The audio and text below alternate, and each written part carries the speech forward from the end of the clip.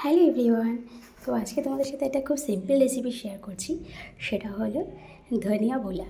তো আমি কীভাবে করি সেটাই শেয়ার করলাম। তো এখানে ভোলা মাছটা ধুয়ে নুন হলুদ মাখিয়ে রেখেছি, আর আমি সব রেডি করে রেখেছি। এখানে আছে ধনে পাতা, কাঁচা লঙ্কা, নুন আর কালো জিরে।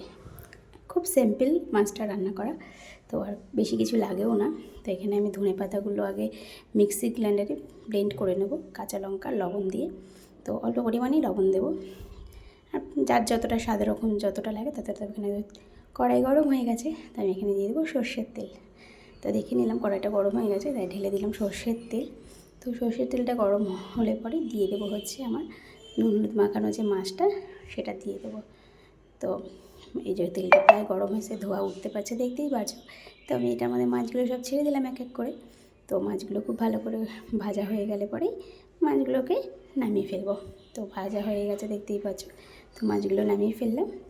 তো মাছ ভাজার যে তেলটা রয়েছে সেই তেলটার মধ্যেই হচ্ছে দিয়ে দেবো হচ্ছে আমি কালো জিরে ফোড়নে। তো কালো জিরেটা ফোড়নে দিয়ে দিলাম। দিয়ে এবার আমি তো মিক্সি গ্রাইন্ডারে মিক্সি করেই নিয়েছিলাম ধনে পাতাটা, সেই ধনে পাতা বাটাটা হচ্ছে এই তেলের মধ্যে ঢেলে দেবো।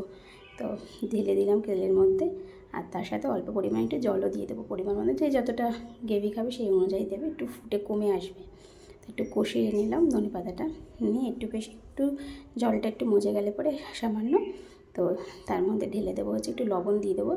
তো স্বাদ মতন, যেহেতু লবণটা কম বেশি যে যেরকম খাও সেরকমই দেবে। তো এর মধ্যে কোনো হলুদ অ্যাড করবে না কেউ, তাহলে কালারটা ভালো আসে না। তো এখানে ফুটে গেছে, আর আমি এখানে ভাজা মাছগুলো সব ঢেলে দিলাম। তো একটুখানি নাড়াচাড়া করে নেব মাছটা দিয়ে, আমি ঢেকে দেবো মাছটা একটা ইয়েতে। তো ঢেকে দিয়ে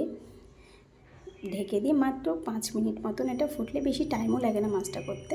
তো 5 মিনিট মতন টাইম লাগে। 5 মিনিট হয়ে গেলে পরে এই যে ঢাকা খুলে দেখবো যে গ্রেভিটা একটু মাখো মাখো হয়ে গেছে। ব্যাস, আমার ভোলা মাছ রেডি হয়ে গেল। তো এবার এটা নামিয়ে ফেলবো।